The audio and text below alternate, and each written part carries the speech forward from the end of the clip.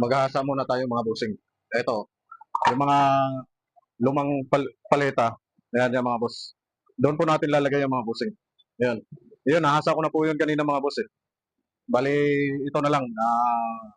Pang ibabaw at saka yung sa ilalim. Lagayan po yun ng ano, mga bossing. Yung sa loob yan, yung gas, tangke ng gas. Tapos may kunting lagayan yung ibabaw. Yan, yan po mga boss.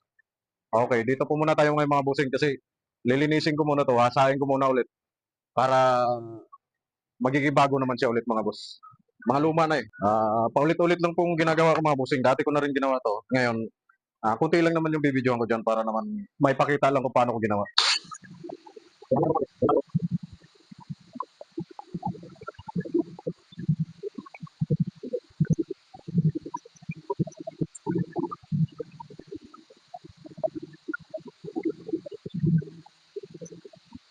So, yan po mga bossing. Napakaganda na po yung mga lumang kahoy. Yan. Nakikita na po yung husky niya mga boss. Yan. Maganda po talagang kahoy na palatina mga boss. Yan. So, yun lang po ang bibidyohan natin mga boss. Ituloy-tuloy ko na to pag linis niya para po doon sa ginagawa ko. So, yun lang po muna mga bossing. Bibidyohan ko na lang ulit pag kunti na lang. Baka isa na lang siguro. Pero marami-rami po kasi yun eh. Last na lang po to mga bossing. Minsan to. Makikinis na ho yung mga yan. No?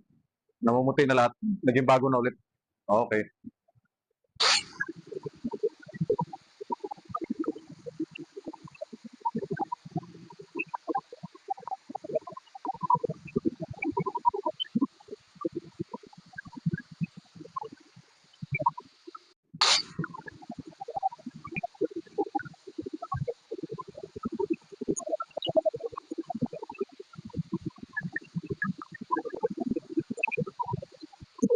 Okay na po mga bossing. Bago na ulit. Yan. Ito na siya. Kakabit ko na lang po doon mga boss. Dito po natin kabit itong mga bossing.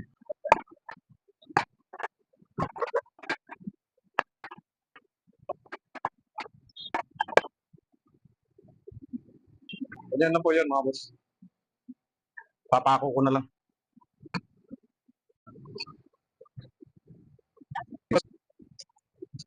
Pako na lang gamitin natin mga bossing.